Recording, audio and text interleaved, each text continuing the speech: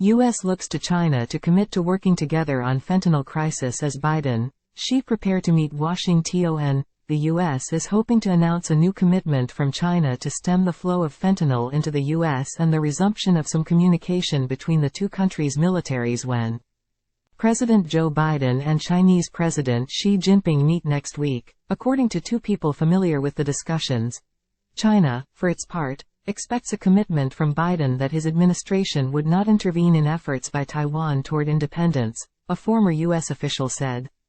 Time equals 400 ms. Greater than Beijing also received a much-desired meeting between Treasury Secretary Janet Yellen and her Chinese counterpart, Vice Premier He Lifeng, this week, a sit-down he is expected to use to try to assess the scope and scale of upcoming restrictions on U.S. investment in China in several high-tech industries, a current U.S. official and a former U.S. official said.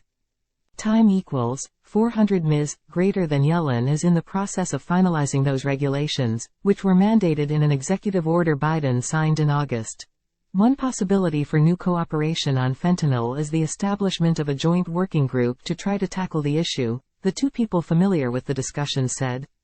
An announcement on military communications between Washington and Beijing, which have been cold for months, is expected to include the resumption of the Military Maritime Consultative Agreement, MMCA, under which the two countries discuss safety in the waters of the Asia-Pacific including the South China Sea, two defense officials said. The U.S. and China signed the MMCA Charter in 1998. It focuses on safety of ships, aircraft and personnel at sea and is intended to open communications at an operator-to-operator level to discuss cases of unsafe unprofessional behavior. But China's military has cancelled the past few MMCA dialogues, which U.S. defense officials say increases the chances of a collision or miscalculation. Defense Secretary Lloyd Austin may also receive a long-requested conversation with his Chinese counterpart, the two defense officials said. The breakthrough would come just weeks after Xi ousted Defense Minister Li Shangfu. Li had been under U.S. sanctions since the Trump administration, which was a point of contention between the U.S. and China and fueled China's refusal to engage with Austin. The Pentagon requested a meeting between a senior Chinese official and Austin at the ASEAN summit in Jakarta next week, but the Chinese government has not responded yet, according to the two defense officials. The White House declined to comment, and the Pentagon did not immediately respond to a request for comment.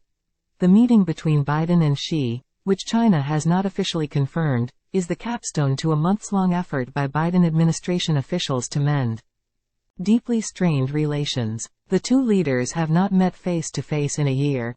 Their November 2022 meeting on the sidelines of the G20 summit in Bali, Indonesia, was intended to reduce elevated tensions.